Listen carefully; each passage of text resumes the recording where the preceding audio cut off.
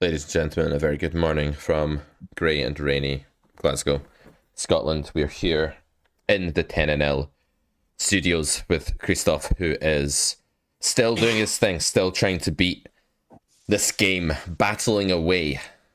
And he has the Pocket Snowmen, which we're going to get into in just a second. How have things been going, my friend? How have you found the last week or so? Hi, thanks for having me again. Last week, it's been. I related a lot to your latest video, but are you gonna making make it as a poker player? Like ups and downs. Sometimes feeling that I'm playing terrible, then calming down, playing well for a while, having a small downswing, and starting playing badly. It's been all over the place. But I still enjoy playing a lot. I still so I've decided for 3 weeks because my study partner is not really here that I took a break from studying for 3 weeks. So I'm not really doing like I finished grade one and I'm gonna do the homework. When he comes back, we're gonna do it together, thinking about it, and then start again. So playing a lot, and I also feel that maybe because I'm you were talking about zombie mode or whatever, sometimes I probably fall into that. And I guess the fact that I'm not studying makes it easier to fall into that mode. So I plead guilty. Yeah. You could always But just the do. downswing, sorry, I just see the chat. The downswing has stopped kind of. I'm more flat since last week. Yep. Yeah, I mean, you could just adopt some curiosity a little bit off in the study regime where you just like pull up a common spot, have a look at a sim for like 5 minutes, 10 minutes a day just to keep you fresh. I'd recommend that rather than no studying at all. I don't know if Pia being away is like a good reason to not study at all. It might be a good reason to pause the more systematic thing that you're doing together though. I know it's not a good reason at all. It's just the one I use to justify my laziness. Right, because you'd Let's rather be play. honest about it. This is No, a not that rather play. Just I decided that before, and I'm kind of the type of guy.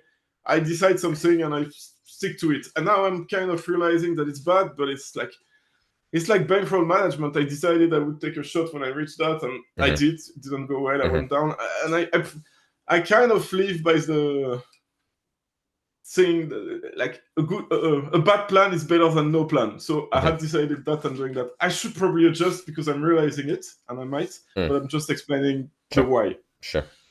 No, that makes sense. Yeah, and I do think for experienced players that don't need to constantly be studying all the time to stay curious and switched on and play well, it makes sense to just have like a week of grinding sometimes where they don't study. Like that could be totally fine. I think in the earlier stages, it's more important to study. I just realized something. We're like wearing the almost exact same shade of shirt today. The dark green. We didn't coordinate this. We didn't plan this. It's just one of those, those awkward moments where like two girls go to lunch and they're wearing the same dress and they're like, oh no, it's a bit like that, right? I'll ask my wife if I can paint the walls in orange and see what she says. Yeah, just one room, just one.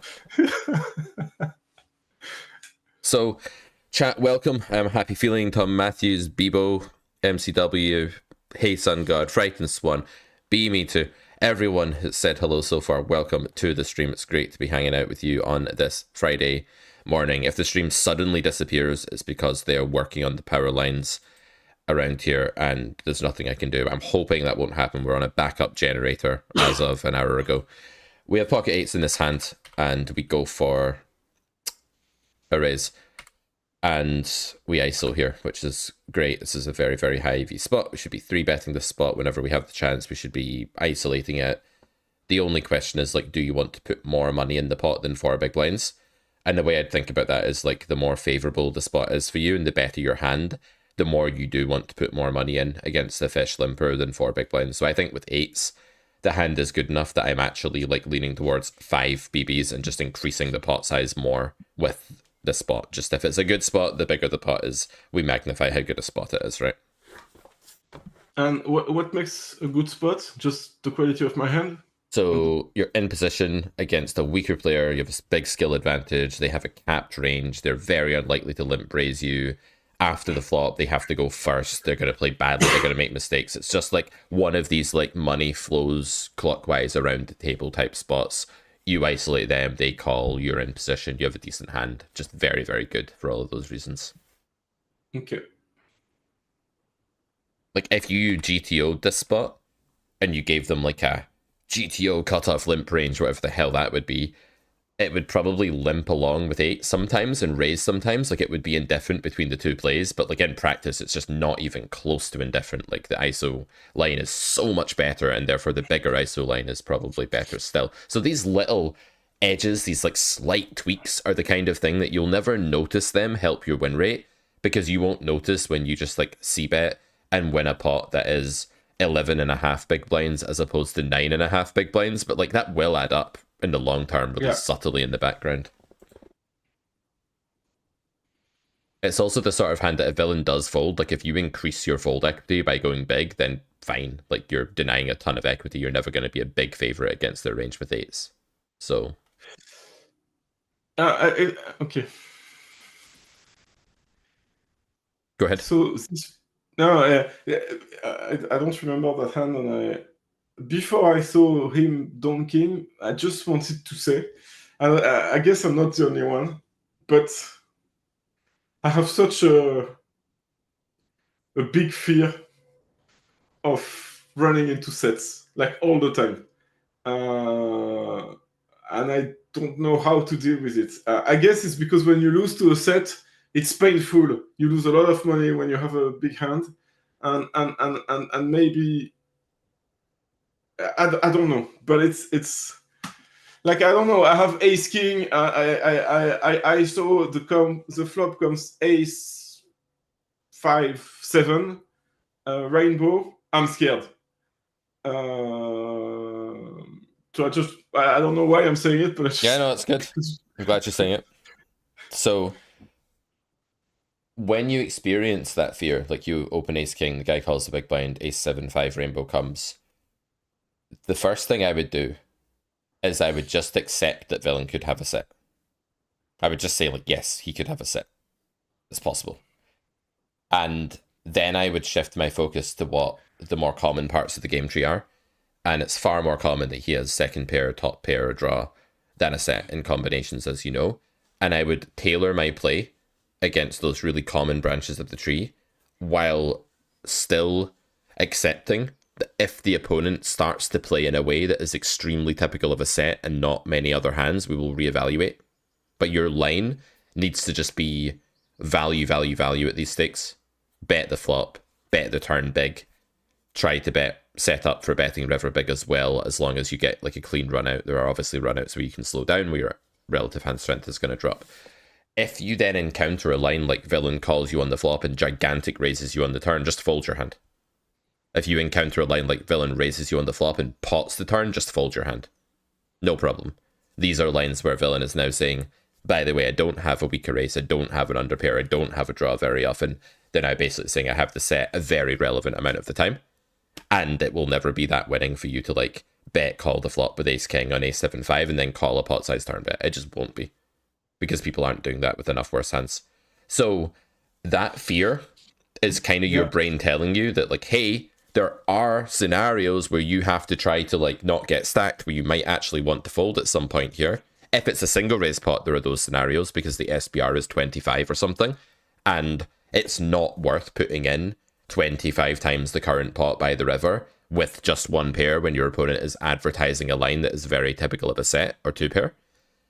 But in a 3-bet pot, they will start lashing out with worse top pair and draws, and they will feel cornered, and they will put, 8 times the pot in by the river in the 3-bet pot at that lower SPR with enough worse hands that you shouldn't fold. But in the single raise pot, that's where you should fold, because there's so much more money going in exponentially compared to what the pot is, if that makes sense. So when your brain is saying villain could have a set, you want to compartmentalize that and say, okay, thank you for the reminder. If they take a line that's very typical of a set, I'll reevaluate, but until then, I will play against the bulk of their range and I'll bet 3 times. Okay. And I'll bet 3 times in order to put how much money? Everything? It depends on the run out. there are times when ace king, just naked top pair, does want to play for a stack, but it would need to be an extremely safe run out where like you're not gonna run into tons of two pair. Like if the run out is ace 7 5 jack 10, you do not want to be putting a stack in with ace king, right? Because now you're just not getting called by enough worse and you're getting stacked by two pairs and stuff too often.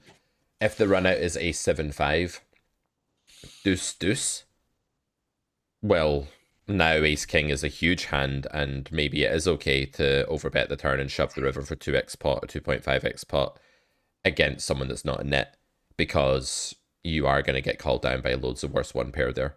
It depends on the opponent, honestly, but like there's never anything wrong with just going, let's say you bet the flop some sizing, you bet the turn big, and then you overbet the river for B150. Like that's never going to be like a terrible line on a relatively dry run out. And if you're doing that, that's okay. It's not that you need to be putting in the entire stack necessarily, but you do need to be putting in a lot of big blinds in those situations on dry run outs with top pair, top kicker. Okay. It is okay to get stacked Excel spreadsheet, but if we can get away from hands that have become bluff catchers against a passive pool's aggressive line, then we should. So just because like in GTO ace king does get stacked by a set like a bunch of the time, doesn't necessarily mean that we can't do better than that by getting away from it all of the time against, you know, a passive player taking an aggressive line. Like we can and we should. We should always be maximizing EV. AJ says, hey Pete, really enjoyed the most recent video that puts Ben's video on his grind out of his epic downswing as a timely reminder of how hard poker can be. Yeah, I mean, it's just like, we need a reality check sometimes. We're not just going to coast our way through this game, ever. Okay, so this is very weird. What's your initial impression here? And then do you have any further thoughts that are different to that initial impression? So, first of all, I think it's quite hard to put them to guess their range, but it could be plenty of things, and I'm worried about sets here. But I feel like when they donk, they could be bluffing, because I've seen that a lot from Twitch. They don't like the fact that you ISO them and they try to then punish you for it. I've seen that a lot. And then it could be a draw, it could be a 7, it could be a set, it could be so many things. But so my reaction here is that I'm often ahead, but I want to put control as much as I can. And if they keep betting really strong, probably gonna have to give up soon. Yeah, so I think there are a lot of different branches that can happen here in the rest of this game tree. Like when you're at the start of a game tree, there are some game trees that like you can see exactly how they're going to play out. Like you flopped a set, you're going to go bet in position or something like that. You just know how the rest of the game tree is going to be. This is a spot where like there's so many different permutations. Like villain could pot the turn again, the turn could come a heart, the turn could come a 5 or a 4, the turn could come a king.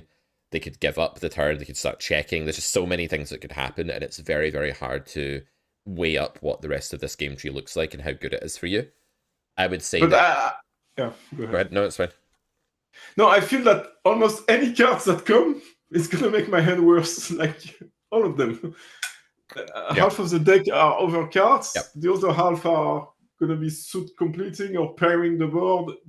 That's I'm not right. happy with anything. Yeah, that's the nature of a flimsy overpair. A hand like this is going to be worse by the river than it is on the flop almost always, unless an 8 comes. That's just the nature of this hand, and we weigh that into our decision when we decide whether to call on the flop or not. I think raising the flop is probably out. I don't think we can do it on this board. I don't think the hand's strong enough.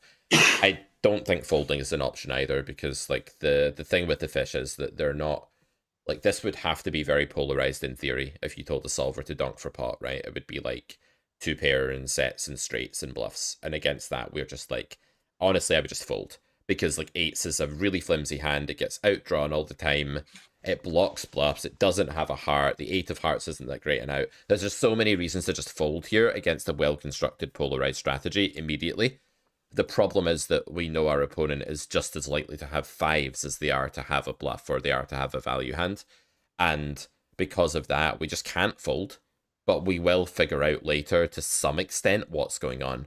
This might be a spot where if you get a relatively okay turn that you do just have to call again, and you just have to accuse Villain of being a maniac sometimes, because who donks pot on the flop? Generally players that are like a bit volatile, so there's a bit of a line equals player type breed going on here. There are passives that just always have it and are just protecting against the draw by doing this, but there are also players who are just like, oh, I like this board, I have a pair and a draw, I bet, or I have a 7, I bet I don't want you to get there with your ace king. So you just have to call and see what happens. I think we're getting 32% on this node, and that doesn't mean equity, that means like pot share EV across all branches. I don't think we're doing much better than that, and I think that this will be a minefield, and we will fold the best hand sometimes, we will call with the worst hand sometimes. It's like you say to me in bridge, like somebody preempts, and like I'm at the 5 level, and I don't know whether to bid 5 diamonds over 5 clubs, and you're just like, this is supposed to be unpleasant and messy, and you're supposed to get it wrong a lot. And this is also a messy spot like that in poker. Sorry if that's alienated a lot of the chat. You guys don't play bridge. Although, actually, no, it's your fault. It's your fault for not playing bridge. Bridge is the best card game. There, I said it. I'm not ashamed. You did. Okay, great turn. One of the best ones in the deck. Obviously, we're not folding on this turn. And we're calling again. And you know what? The guy's volatile. He could have merges that you beat. You're getting 3-1. You've made it this far and the board has remained this good. And you called flop for the reason that you think he can have a lot of random shit here. I think you've got to call the river at half pot here on this node. Because there were enough of these random like spew factors going on for us to call the flop, and you got like the best run out possible apart from like an 8 coming for the most part, right? And you still just have to give the player that took the volatile line enough random bluffs, and not just random bluffs but merges too. 6-5 pocket 4s, 3-5. You just have to put enough of this in the range that you're getting 3-1. Do not fold your hand on the river when you're getting better than 2.5-1 against a random fish taking a random line. Just don't ever do it. I think that's honestly a rule that you can take to the grave with you. Okay. There's just too much stuff. Too many ways that you can win here. The only way you can fold here, or talk yourself into folding here, is if you prescribe a polarized reg-like range to your opponent. Well, I have a bluff catcher, and what are the bluffs? Like, what are really the bluffs here? And no, we don't do that against fish. Against fish, we just say, okay, 3-1, and you're doing some random, like, cuckoo line. I just call, and I see what you have. Okay. I mean, yeah, fine. MCW says, only problem with playing bridges, and I have 2 games to suck at, and my ego can't take that.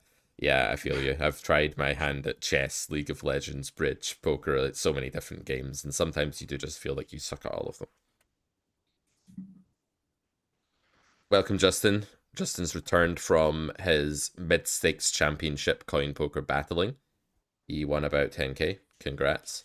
And played pretty well from what I can gather. We're going to get Justin onto the stream at some point to actually bring his pick of the mid-stakes challenge hands. I don't know if you know what that is, Christoph, but it's kind of like a rake-free reg versus reg battling zone on coin poker, where they play relatively high stakes, don't pay any rake, and it's just like a very pure form of like skilled players doing battle. It's nice. Like the National League in bridge or something like that, right? The National Teams League or something.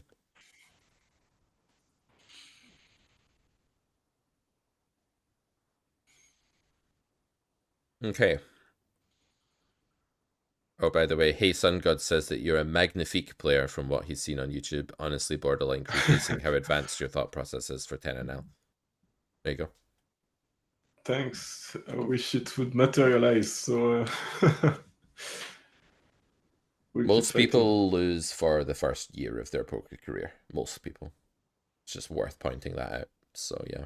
Just when we say lose, do we talk after rake back or before rake back? Before rake back. Okay. They may or may not lose after rake back, but they generally lose before rake back for a good while. Okay, so we are blind versus blind. We have gone for the size up here, which I think is fine. I'm totally happy with you like custom sizing your value hands on flop against this pool. I like the big bet here. I think you could also elect to check raise here. I don't know if that crossed your mind.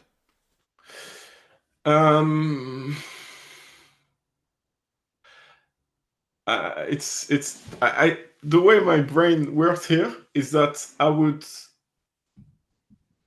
never bet small in out of position. I don't know why, but I would bet big, either a hand that is a bit like this one, or ace queen, or and or draws. Like, I don't know, if I had a 8-7, something like that. I would check raise hands that are stronger. I guess sets, almost only sets.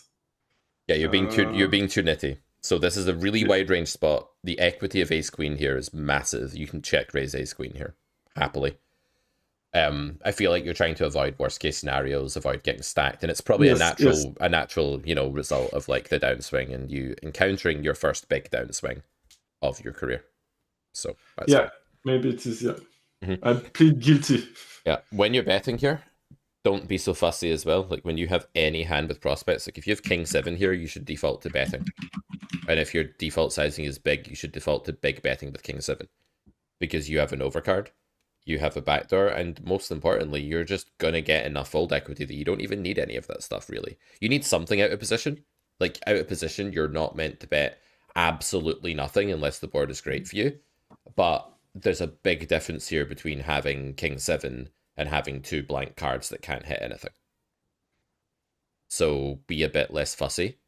Check raise your higher equity draws, like your king jack. That's a high equity draw, by the way. King jack of hearts is a big draw. You have an overcard. You have another pair out that's good against most of their range. You have backdoors galore. With king jack of hearts, I'd default to check raising as well. But betting big's okay.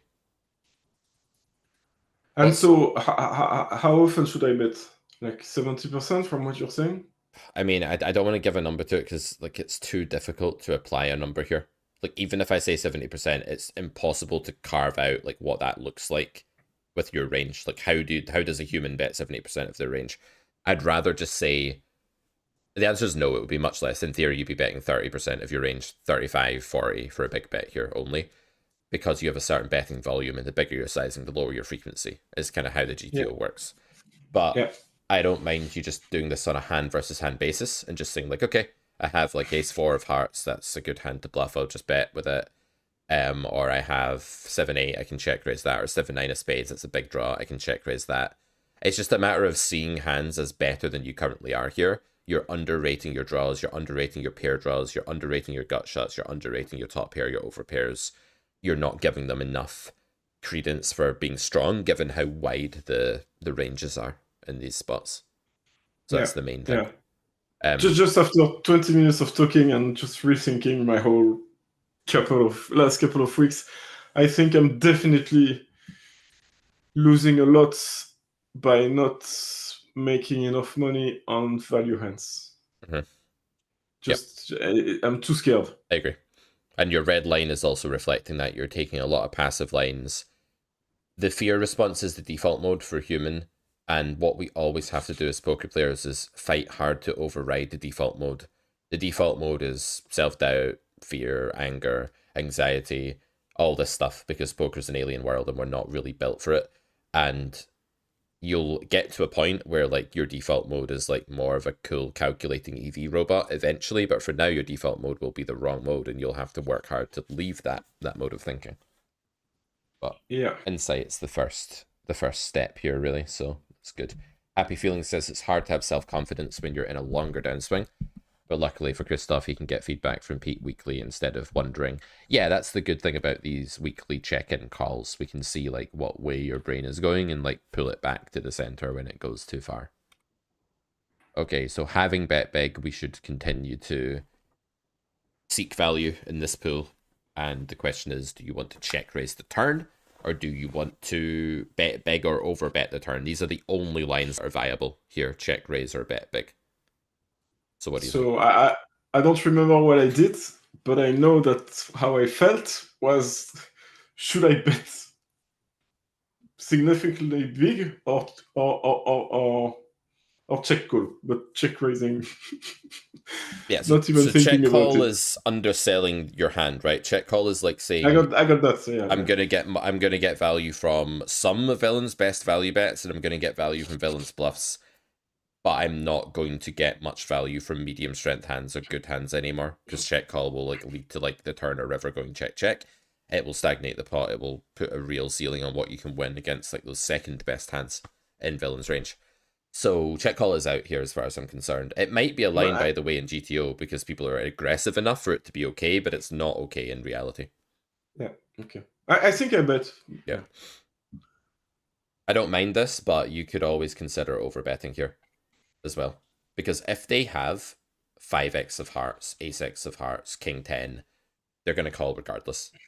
If they have a queen, they're going to call regardless. And if they have pocket 7s or 5-4 of clubs, they might be folding regardless.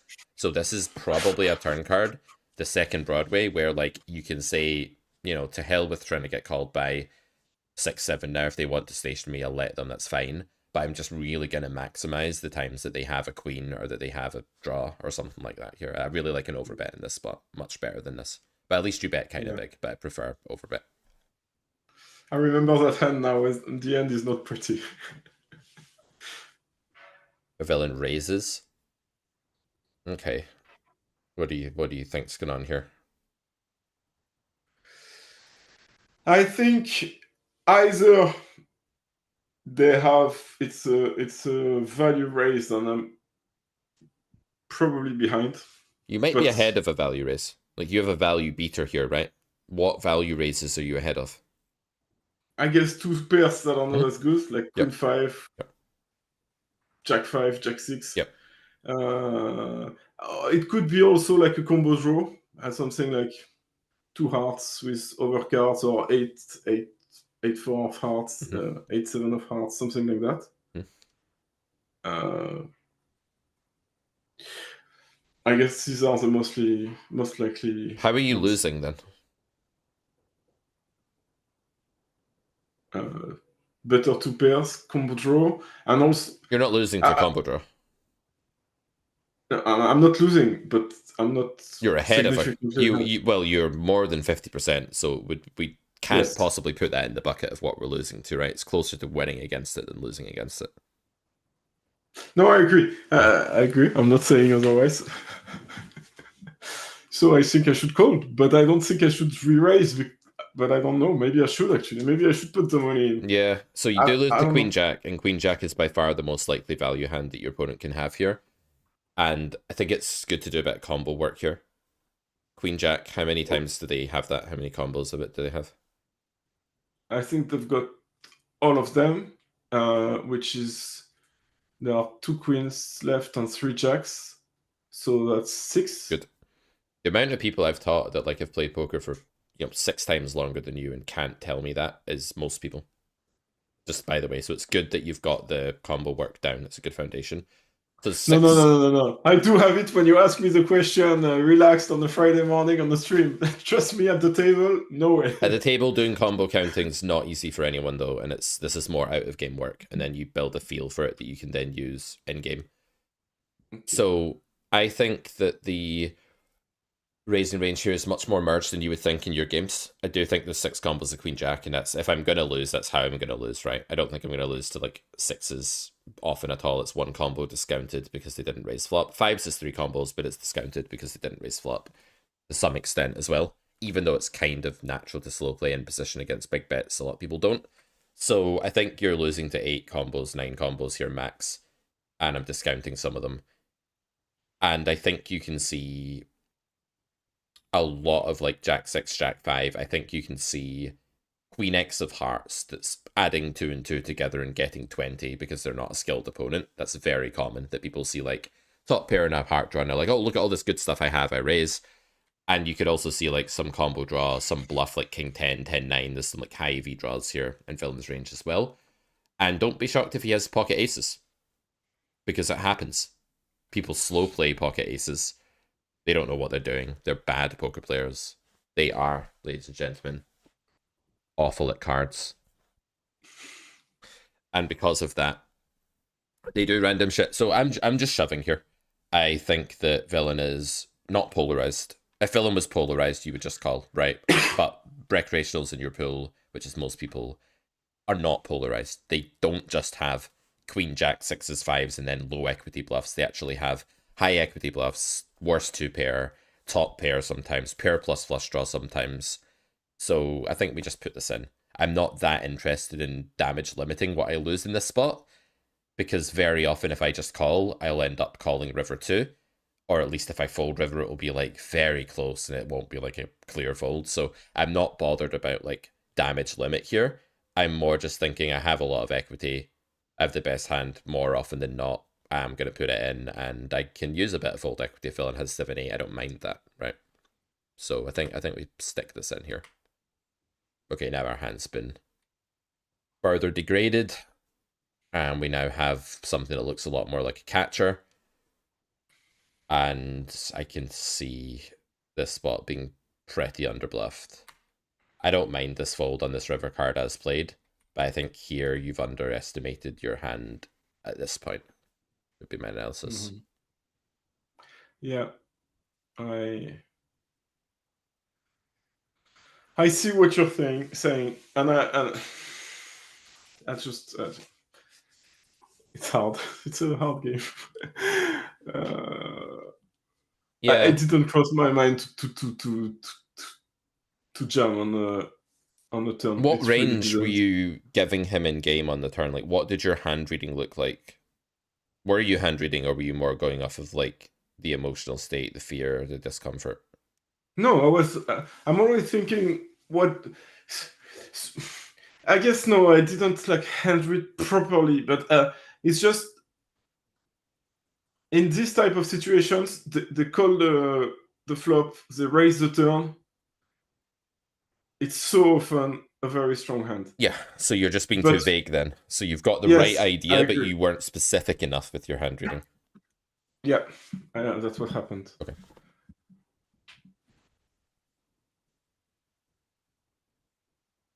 I actually learned how to count combos this year, and you've been playing since 2003. Happy feeling? Yeah, it's wild, isn't it? How you can play poker for a long time without really knowing what you're doing, and then one day take it seriously and be like, oh shit, I've just ingrained like so many awful habits. I'm like that with bridge. I'm like, I've ingrained so many bad habits. Listening to club players that were better than me once tell me absolute rules and think that I had to follow them for the rest of my bridge life. Like, really annoying. We're fixing it. Yes, we are. Yeah, so these spots, we've talked about them before. They're not happy. They're close. Like, if you want to leave the door open to 4-bet folding, go smaller is the only thing I would say with your 4-bet. I don't mind the strategy here of 4-bet folding smaller. As played, it's really close between call and fold. Maybe it's still a case or fold, but it's really close. If the guy's really nitty, you can also just flat the 3-bet in these positions, especially this big 3-bet here. You don't have to 4-bet, but it's just a nothing spot, really. There's not too much meat here. Did you filter on lost hands? Nope. No. This is just a relevance filter. Yeah, so just any hand that's 15 bigs or more, and we saw the turn. It's the criteria. That's a useful catch-all, guys, if you're using PT4. Saw a turn and 15 or more big blinds. That will get you like hands that matter to your win rate, and it's a good thing to look at. Sam is asking, making a relevant comment. How do I treat, like, I open 2.5, and sometimes I raise 7.5, sometimes I raise 9. How differently should I treat it? You should treat it as a fish, not a reg when it's 9 usually, although the regs in these games are also like quite bad and don't really understand sizing well, so it's probably like not completely concrete, that read, but it will move them towards being a fish. And once you make the read that they're a fish, you just start reacting to people with that schema, right? That mode of thought, like they're going to be more merged, they're going to be more stationary, they're going to be more absolute hand strength driven, they're not going to be that aggressive with like low equity bluffs usually, although some are. Just that kind of like fish schema, we want to activate that schema and just work in that mode. So here, the idea is like, if you go for the 4-bet and they call, Like you're just in a 4-bet pot with the fish. They're probably calling a bit too wide, but they're 3-betting tight in the first place. These kind of reads, really. And then just I'm a fish. Can you tell me why? What's the theory behind 3x and not a bit more? Sure. So 3x is good in position because you're 3-betting like a very mergy, thin value linear range. Like you're entering the pot for a 3-bet with many mediocre hands, right? And you also have uncapped ranges behind you that can wake up in 4-bet sometimes. So when you're, especially like hijack under the gun's the clearest example of this, there's 4 ranges that could still wake up. You're 3-betting king jack suited or ace queen off or 10s or 9s, right? You don't want to be putting in like 9 big blinds in the dark against the uncapped under the gun range and 4 other uncapped ranges in that node. You just don't want to be. There's too many. You're just paying extra the times you run into like the top of ranges. You're achieving the aims you need to achieve by going 7.5, which is isolating, denying equity, getting heads up, all that sort of stuff. Whereas if you're out of position, okay, let me just finish the in position first. Also, when you're in position, your opponent doesn't just get to auto click call with a pocket pair because their implied odds are not that great from out of position. But if they're in position and you go 3x, they're open to go, you go like 7.5 big blinds, they can print with any pocket pair now by calling. They're not even indifferent anymore. And also, when you're in the big blind or something, you're closing action. Like there's no more people with random uncapped ranges waking up behind you. So you can put more big blinds in the middle, and you should put more big blinds in the middle to make the opener more indifferent from in position and to neutralize the fact that they have position. Okay. Thanks. If it's a fish, is this a stronger range though, due to bet size equals hand strength? More just due to the fact that fish under 3-bet in the first place and cold call too often with medium strength hands. The sizing is probably just like that's their sizing. They don't know what they're doing. But it's the fact that they 3-bet in the first place just gives them a bit of a stronger range. But yes, in general, bigger 3-bets are a bit stronger than smaller ones. But for some people, it's just all the same.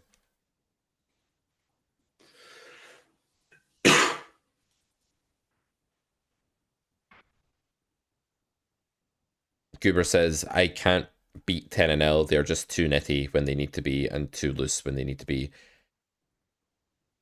You almost make it sound like they're playing well, or that you think that they are skilled, that they're either playing well or like they're just happening to do the right thing at the right time, like broken clock being right twice a day. I disagree that you can't beat 10 and L. I think you can easily beat 10 and L if you exploit the pool hard enough to overcome the rake, and that means getting into really good spots, value betting properly, folding in under bluff lines. It's possible. If you're in a nitty 10 and L pool, you need to find all the optimal bluff spots. You need to know when to shut that down, because there will be spots that are not folding as much, and you need to try and like play as many pots with fish as possible and just steal from the regs, like fuel your red line that way.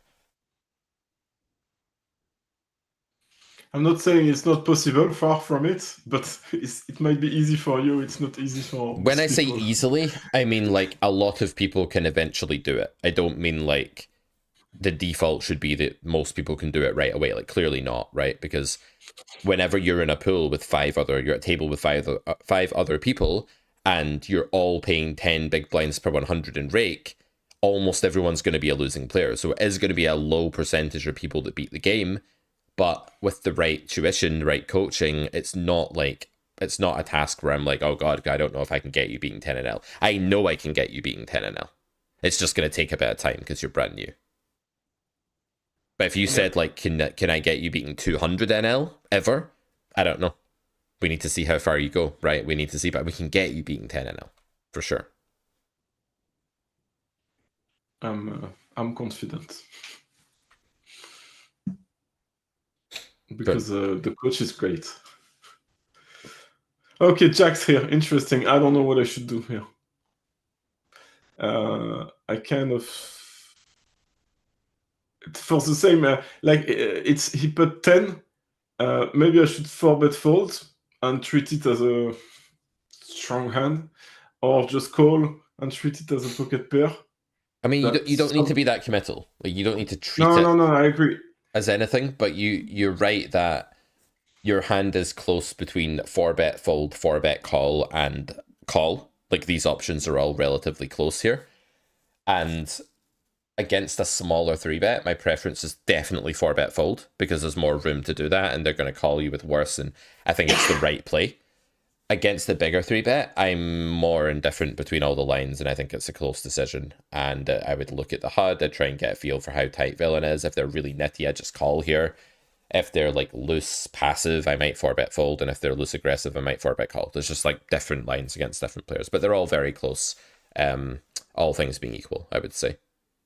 Okay, I don't remember, but I guess I called. Yeah, shove is another line, by the way, that's not bad either. Like, you can't go too wrong with that. Like, they're going to call you with worse. Sometimes they might fold like 2 overs. Like, you'll flip a lot. It's not the sort of spot where it's possible to play horrendously 100 big blinds deep, and it's also not the sort of spot where it's possible to do anything great. It just is one of these stupid situations. It's just like high variance and low edge, unfortunately. Don't underestimate me. By calling this one, I can play it terribly later on. Sure. And I think I did, actually. I did. I remember. Tell me what I did wrong here.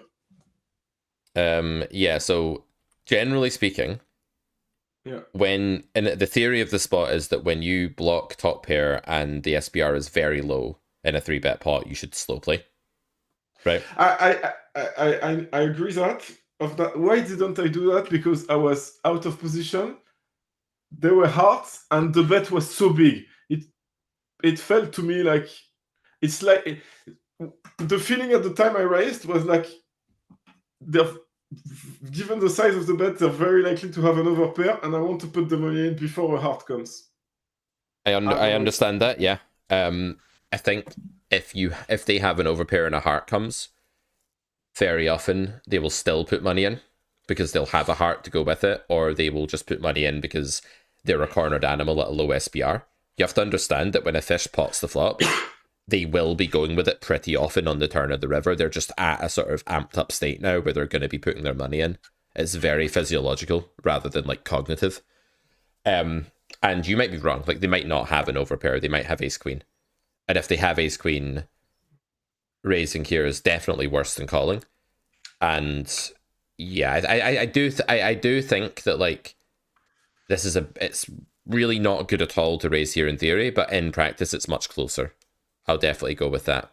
Stephanie, where have you been, by the way? What time do you call this? Like, you were like 50 minutes late to the stream or something today. 45 minutes late to the stream. Like, what's happening here? Call yourself a fangirl, honestly. So, but it's later on that I think I fucked up. Let's see. Yeah, min click's not bad. I don't mind min click. And putting it in here is not bad as well. This is spare. But he folded, so I was like, oh, I should have checked, but I don't know. I mean, it's so rare for someone to call this flop and fold this turn. Like, this is really an outlier branch now. I think you're underestimating how often they're just going to stick it in if you call the flop, and you're underestimating how often they might just be tilted and have ace king and just be spewing. So I think you should call the flop. But as played, I'm very surprised that they didn't call the turn. I think that's super rare. It's super rare, but it cost me 54 big blinds this bet. For sure. If I check, he's going to put it in. If you check the turn, the downside is that if he has king, queen of hearts or something, he might just check and then just have king high in the river and you just win nothing else. So putting it in the turn is very understandable because it's like such a brick turn. Any overpair won't fold now. Any top pair won't fold now. I guess villain just had like literally ace 5 or something and they just didn't have the price. That's one hand that maybe check is better against because that folds if you bet, but it puts in if you check. But I think there's more combos of heart than there are of exactly like ace 5. And so I think it's best just to put it in. Okay. It just felt really bad when he folded. I was like, yeah, it sucks. And Chaco's right as well that like if they have ace king, ace queen, which they will have often, like letting them hit's another benefit. Letting them bluff, letting them hit, and you're still going to stack an overpair most of the time anyway. You have to be okay with like the feeling of the heart turn coming and then it going check check. Like that sucks. That's the worst branch for you when you've not raised the flop, but you have to accept that as a tax on widening the amount of stuff they spew with later. So yeah. Okay. The flush draw is a very visual thing, but it's less impactful at these SPRs than you would think. Because villain is going to go with it regardless at those SPRs. It's not the sort of spot where if they have kings, like you win no more money against kings when a flush comes. It's really not. Yeah. Okay. You think lots of their flush draws are going to ship flop? Yeah, I do. Maybe checking turn's good then, actually, Justin. Maybe you're right. I'm not saying maybe that's not what you're saying, but I think it might be. But yeah, like if they are going to shove the flop a lot with a flush draw here, which I think they are, maybe they do have a bit more ace king of clubs, like ace five. Maybe you should check the turn, actually. Yeah, maybe you should just check the turn. Maybe it's just like there's half a bet left. You're just going to get the money anyway if villain has a decent hand. I don't think they have a hard draw that often, actually. And they maybe do have more like random ace king that just felt like I had to click call and flop. Then maybe, yeah, I think you should actually check the turn. Yeah, that was wrong. Okay. Thank Pre-flop. you, Justin. Yeah, Justin keeps me on my toes for sure. Pre-flop police. Woo woo woo woo. Is Sir, that not okay? Sir, you're being accused of too loose play pre-flop. How do you plead? Well, yeah, the guy really don't. What's up, Agshar? Welcome, my friend. How you doing? Not seen enough of you recently. Miss you, man. So, yeah, you're gonna say, is it too loose? I don't think it's too loose. I think it's probably too loose in theory. If someone's a fish, like, it's probably okay. It's technically not the sort of hand that does very well three-way, though. Okay. I don't hate it. Like if one of these players is a weaker player, like you just want to be involved. You just want to be seeing the flop and see what good things can happen to you. In it to win it, absolutely. But if they're both regs, you really don't have to call.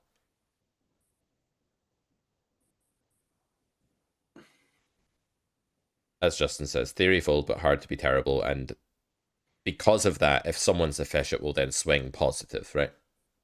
Yeah. Can I do a full video in the old man coffee voice? It would really hurt my voice. I'd be coughing a lot by the end of it. Like, it's hard to do that guttural well sound. I feel like bits of my skin are being chipped away every time I do it in my throat or whatever. So it's hard. We have second pair now. We have two pair. Thoughts? Thoughts. Now we have good value hands, and there are a lot of potential hands that are going to call us. So it feels like we should value bet.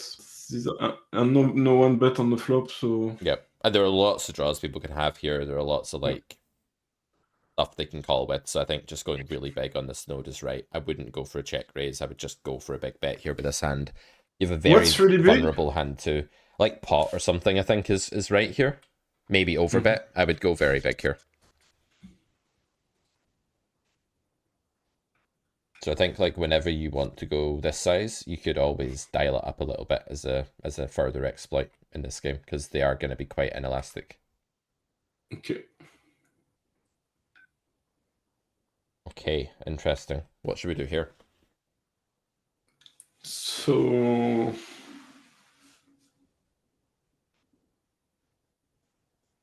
now we clearly think that they're beating anything. If they had a draw, it's probably best to check. And if they had a marginal hand or a 6, which is possible given that it's possible, then we should definitely bet. If they have a 6, they're going to value bet if you check. And you want to check jam, so you should check if they have a 6. Yeah, okay, I didn't think of that. So I guess we mostly want to check. They could have a king, but the guy in position on the flop didn't bet, so maybe not. So it feels like check is best in almost regardless of opponent's hand. Yeah, people are just randomly passive at these stakes and will just have a king or a jack, like pretty often. And if they do have a misdraw, they might just not bluff, because people are very passive and they bluff less than they should. So I actually like your play. But I do think the hand is a really clear check raise against anybody competent, because a competent player will likely just want to bet the king when check 2 on the flop because they just have a huge hand and people aren't trapping enough. And a competent player will bluff enough when you check here. But against the average unknown in this pool, I like bet. But I think check raise is the theory play here for sure. Blocking a jack, blocking the hand that calls you, blocking the hand that checks back, unblocking all the misdraws. Yeah, I think check raise is the play here in theory for sure. But I like this. I do think you're going to run into a lot of king. It's unblocked and people are just passive. Hens, yeah. There's a lot of other hands like this that might just be stationing you because it's 10 and L, and therefore you need to just bet. Like Villa might just have 7-8 and just doesn't believe you, and all the draws bricked, and they're just going to call. So you should definitely bet the river in this pool, but good thought process. Okay. It's laggy. Sorry about that, guys. I don't know why. Try refreshing. My internet looks fine. Just try refreshing the stream.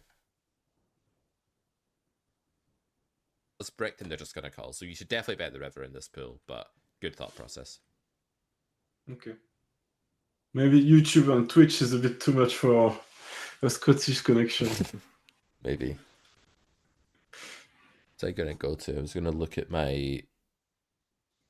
Where is my stream?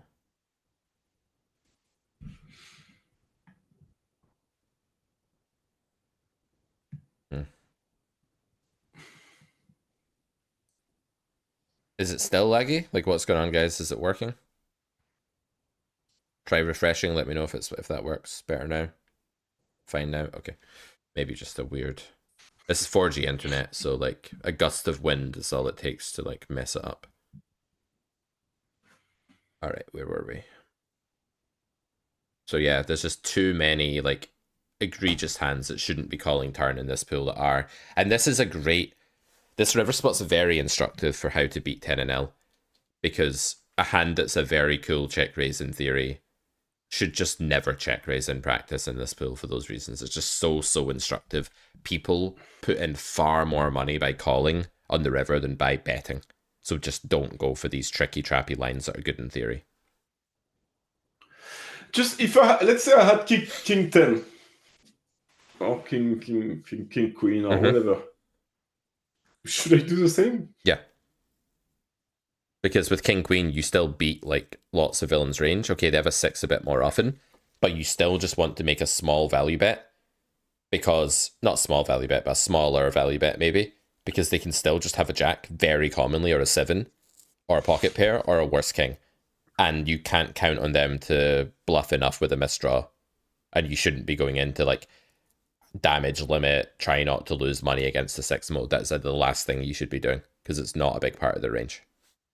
Yeah, and it's definitely where I'm losing a lot. Yeah. I would probably bet the turn and check the river. No, not good. You've got to be hungry for value. You've got to put betting in 75% equity hand before checking. Yes, you're losing 25% of the time, I get it, but you've got to maximize the 75% of the time you're ahead against the stationary pool.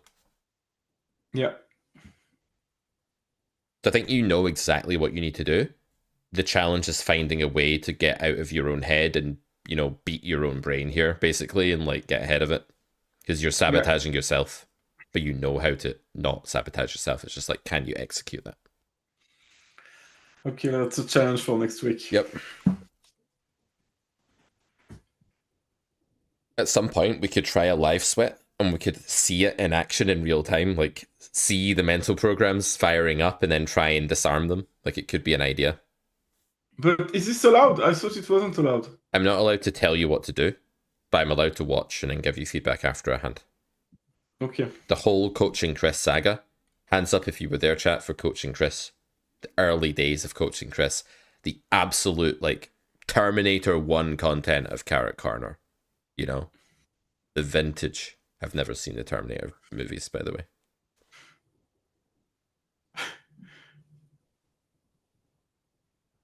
Never seen Terminator. Proud of it. Come at me, bro. Good poker's putting a lot of money in? Yeah, especially for value in this pool. I just feel like checking is more profitable. Agree fundamentally with what you're saying, but I'm unsure how it shakes out. But I tried to explain how it shakes out, so let me know if you agree or disagree with that. not aware of Chris, he'll be very hurt by that, Tom. He'll be very upset by that. He'll be like, what do you mean you're not aware of me? What do you mean?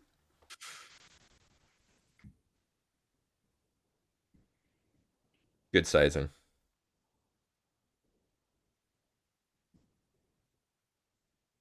Yeah, small bet, check. You can kind of go either way here. I don't think it's a huge deal. Personally, I would check, but I think it's close, and there are people that would bet here. So my style is more when I have a bluff catcher that I'm clearly just happy check calling, and I have good redraw, I'll just let them invest as wide as possible. That's more my style here. Like, I don't need fold equity that badly. I want them to like bet random shit that's dead. So my style is just to check this, and I think it's a bit better actually. Okay. Yeah, I can see advantages in both. Yep. I guess when you bet, it's a bit better for denial, Yep. but when you check, it's a bit better for value. 100%. Try to 100%. Yeah, really good. So now, if they bet like 10, what should I do?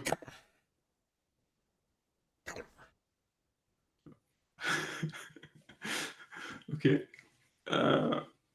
Because they've got here with all sorts of like 8x and 6x and 3x and I don't know what else, like 2 overs that all they've done is call one small bet in position. So their landing range on the river is vast. And if they bet half pot, you need 3-1 with a catcher, and you cannot even think about folding. Even though they underbluff, globally, they will overbluff that sort of spot because they just don't have the value bets to support it. They've checked the turn. They're going to bet the turn with a lot of their 7x plus. They haven't. Therefore, they're bluffing more than a quarter of the time. You don't need to worry about it. It's Snapple. Okay. Like, that gesture is basically like you are a lizard and you're in the desert and you're sat there doing nothing all day, by the way, because lizards do nothing all day. They're sickos that way. And you're sat there and a fly comes past and it's like your one event for the day and you just go and then you do nothing for another 19 hours. Welcome to the life of a lizard in the desert. They're psychopaths. Okay. Don't get me started on lizards, man. Especially GTO lizard. We didn't see the hand. Yeah, we don't need to. In the unknown. It's fine. We don't need to see it. They don't want to see it. No, okay. No, they do. They need to see it. I'm going to guess that he has pocket deuces. Or he doesn't even bluff the king six of hearts. Oh my god. Well, they did right, because we would have called. So well played. Well, you see, that's why you shouldn't actually call the river, because he didn't even bluff that hand. Well, there you go. Problem with that reasoning is that because they almost never have value, you just need them to bluff it sometimes. You need some of them to bluff it. That's a better way to think about it. Not that guy. That guy doesn't bluff. He's got a problem. But some people do, and that's enough.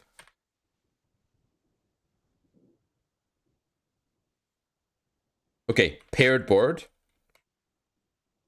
Not really the big bet board, right? The paired board is not the big bet board.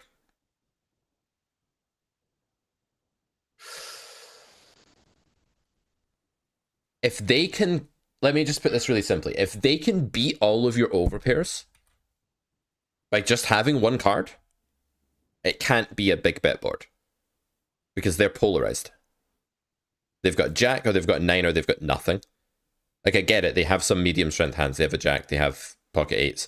But whenever there's a relevant pair on the board, meaning like above a 5, they just have a bunch of trips.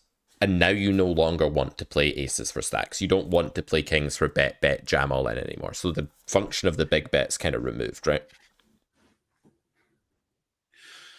Right. I understand that's the theory, and I understand why.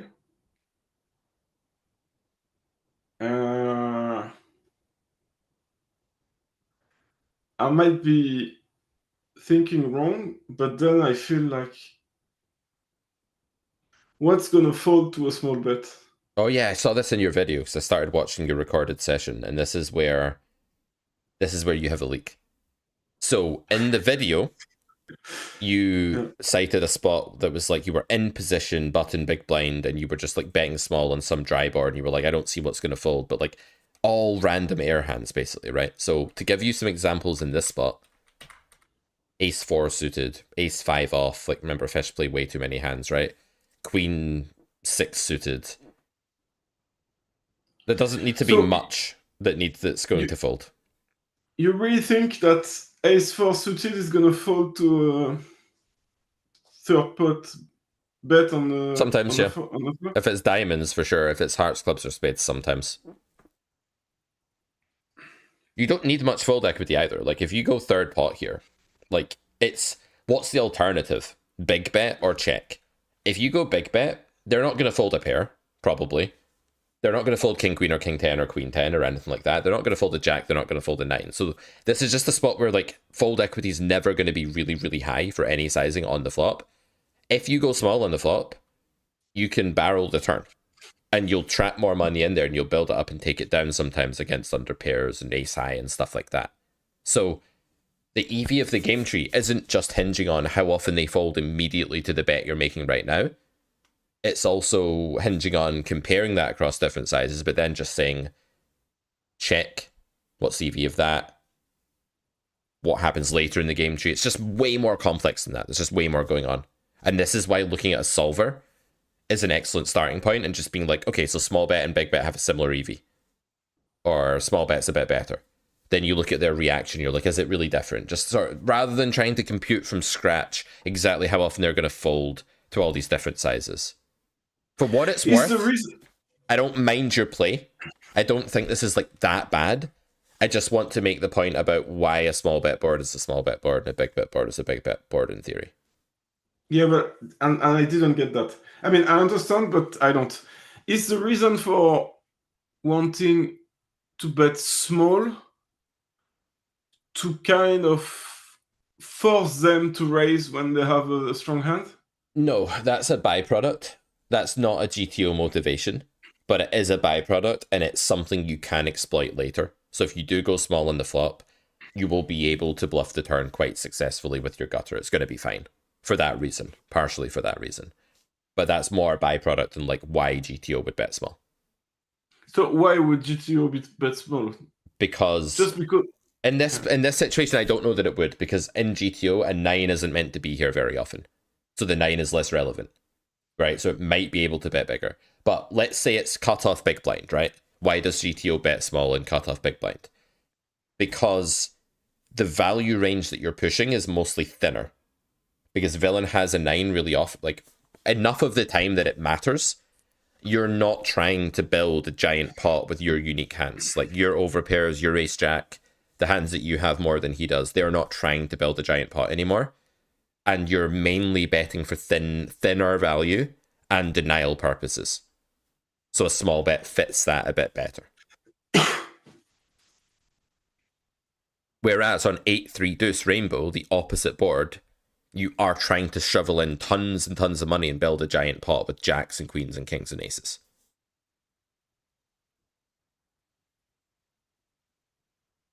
Also, if you have a 9, that's a huge hand, but you also block the stuff that can call you. So if you have king 9 here, and you shovel in tons of money, you're now heavily blocking the range that gets it all in by the river.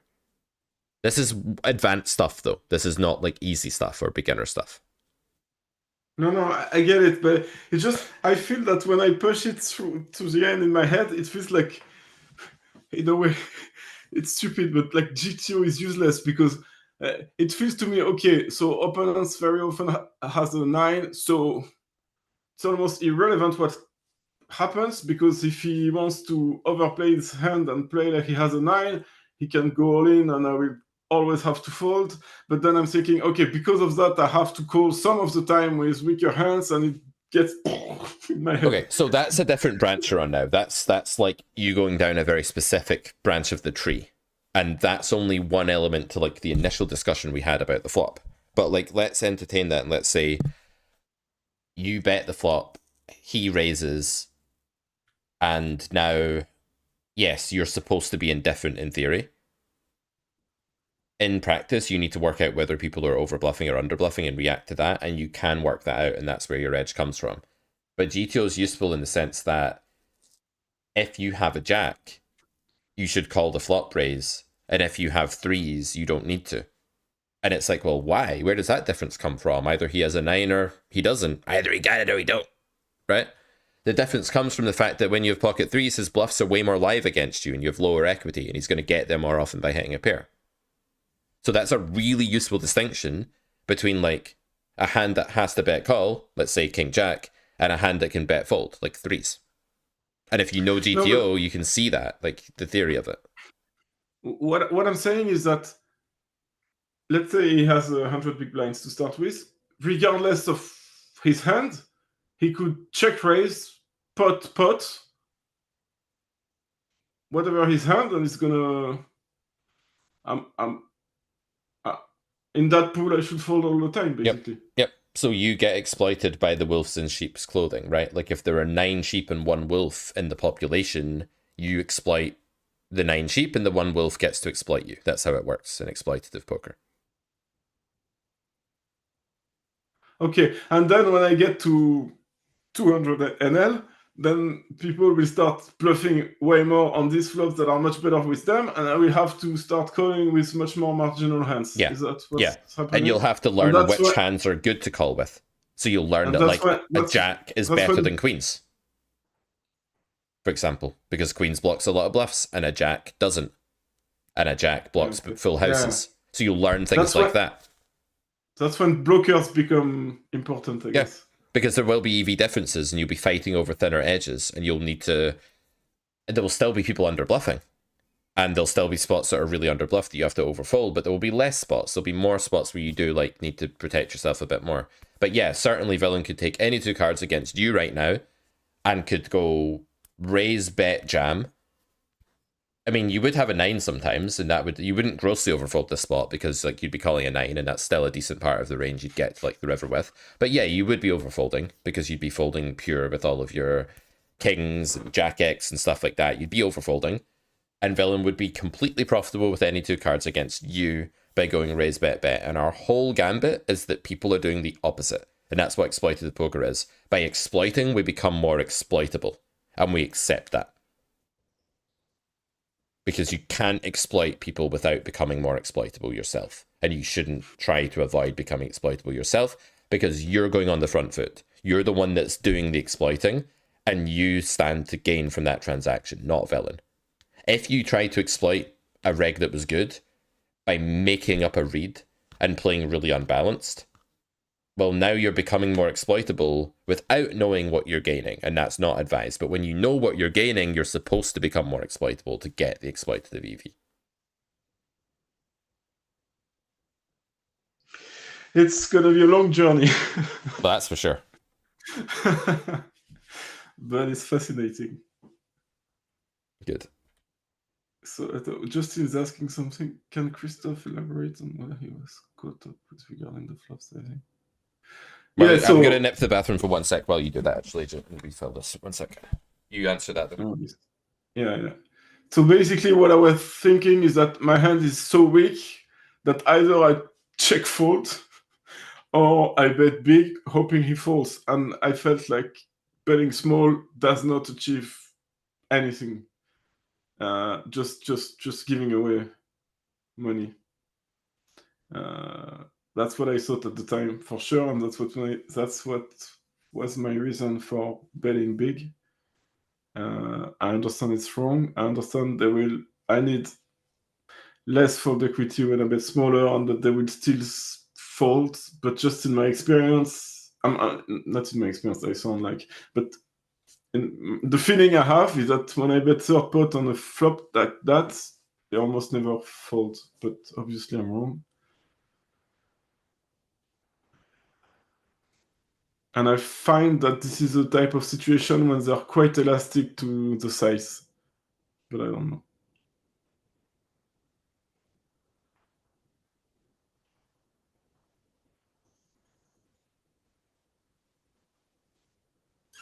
So I'm listening to your advice. Yes, I know that in theory they should fold. If I bet third pot, they will fold, I don't know, 20% of their range, and if I bet three quarters, they will fold 40%. I'm giving random numbers, but I know that's the theory. Just in practice, I feel that with a board like that, most of the hands that they overcode on the button are going to be lots of overpair of pairs or overcards that are never folding.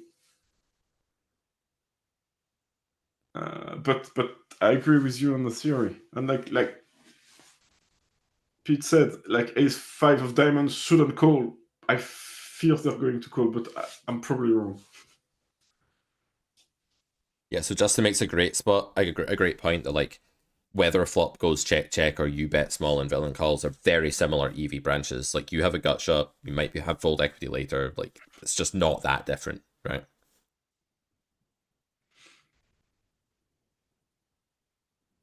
Okay. Yep, easy check call. 2x pot. All in. Okay. So what's villain saying he has for value?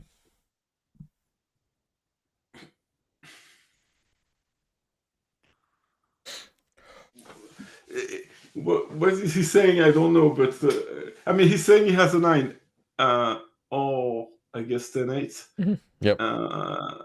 But he's a short stack, so he could have aces, kings, queens. He could have any of that, I feel. It's not impossible. I would say it's very unusual for them not to 3-bet here. It is possible. I mean, the issue there is that, and we've seen that with the pocket 10 before, they could have queen jack, they could have 10s, they could have 8s. When they go 2x pot in the river, it's very unlikely that they have 8s or that they have, you know, queen jack now. Because this is just a line that's like extremely unnatural, even for a recreational player to take with those hands.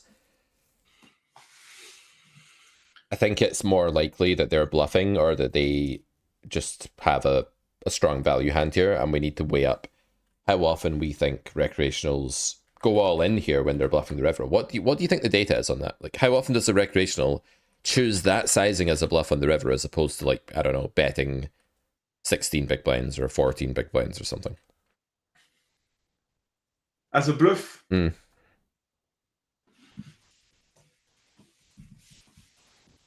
don't know. I've got to, I don't know. Very rarely. So overbets by recreationals are generally very underbluffed.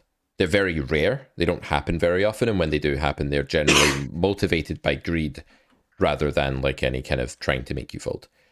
So this sizing is not a sizing we ever want to bluff catch, but I would be thinking about bluff catching here against like some smaller bets if the board was like maybe if you'd gone smaller on flop, right, and villain could have more stuff landing here. But when you've gone big on flop and they've called you, that's a bit of a red flag as well, right? Because they've really filtered their range, and a lot of that natural air junk is just gone. So definitely fold river here. I'm good at folding. Yeah. You've got that part down. You're not making many calling mistakes, but that's good though, because before you were, and that was a part of your game that we worked on with Pierre and all of that, and I think that's good. Like, we're getting there.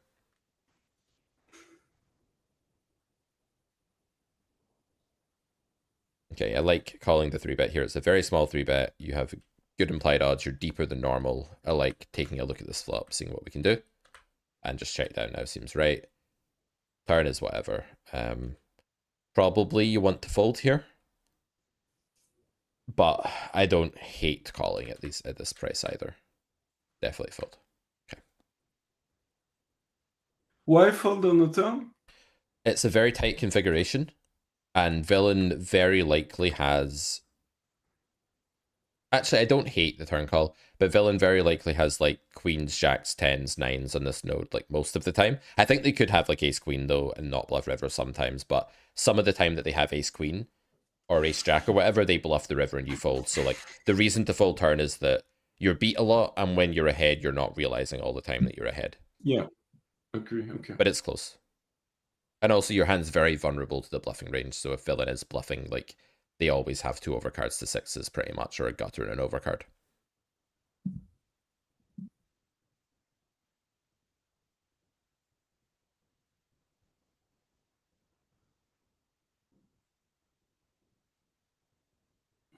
Really appreciate your engagement, Justin, by the way, hanging about in the chat, giving all this, dropping all this wisdom, really adding to the stream, so appreciate it. Okay, 3-bet pot with kings. We'll make this one of the last ones we look at, and we'll do a little wrap up.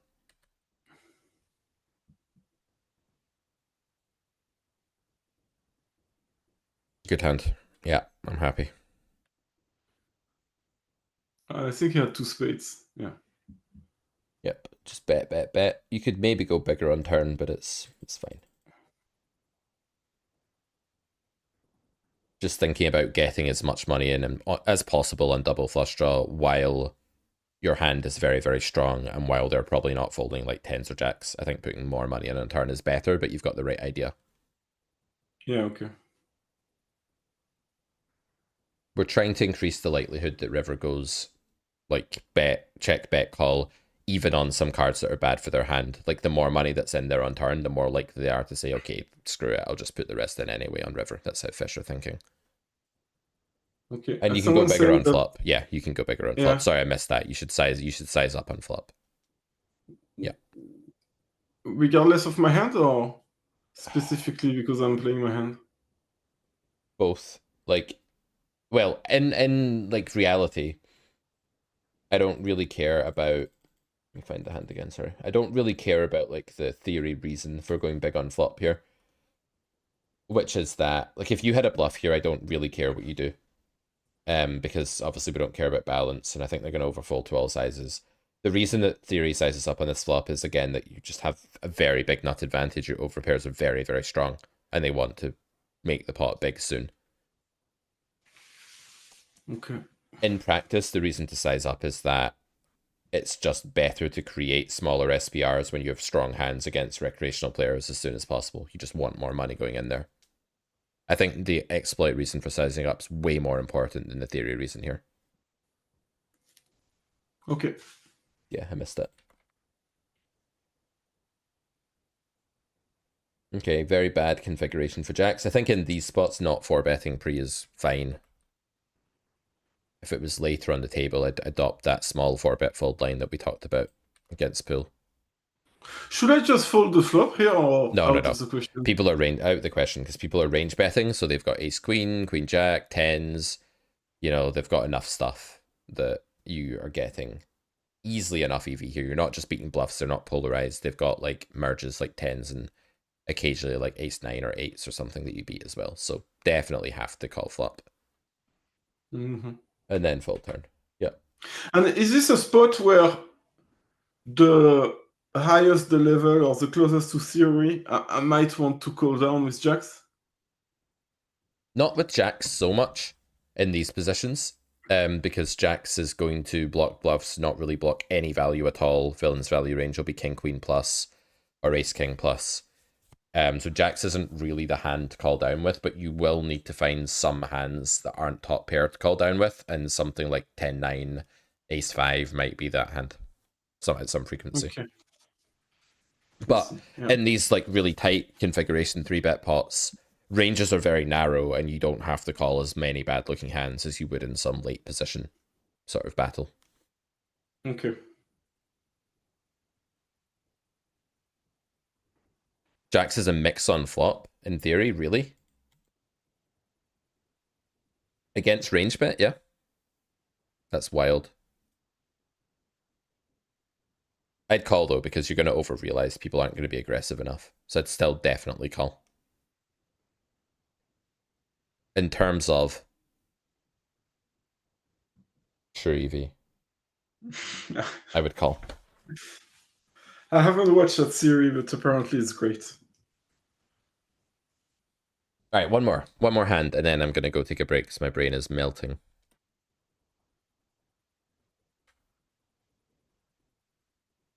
Okay, yeah, we're deep here. I like getting involved. Bet to win it kind of thing. Check call seems good. Check, check. And we go for the block. Yeah, you're evolving. Evolving, okay. What is he saying he has exactly? This is so bizarre. Like, it's such a passive Actually, builder. I remember this one. It's very interesting. I folded quite quickly, Mm-hmm. and then I went back at it, and someone said, What can he have for Yeah. this line? It doesn't make any sense." But Yeah. I didn't realize. I just saw the raise. I'm like, okay, I'm folding. No way, I'm not beating anything. But then something tickled my brain, and Yeah. It's a small raise, and you need 25%, and it's pretty damn unlikely that villain has, like... They will have some slow plays. People are weird. They do occasionally have a flush here, but it's really unlikely that they get here with that hand. Yeah, I think I'm too curious here at this price as well. Generally, I think you should fold to river raises in this pool, but when their range is starved of value and you've gone really small, that's probably like the double whammy that's necessary for you to want to bluff catch. yes, I didn't. I realized that too late, and I told myself, okay, it's probably not a terrible fold, but if I could take it back, I would call.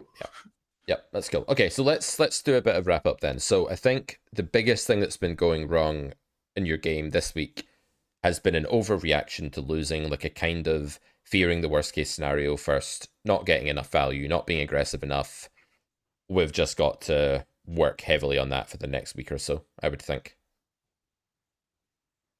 So put more money in with hands that are very good, but not the nuts, basically. Yeah, and just start like giving a bit more attention to the lines where you stack people, where you win pots, where they have a worse hand than you, like, and stop letting your mind focus so narrowly on the worst case scenarios, the times you're beat.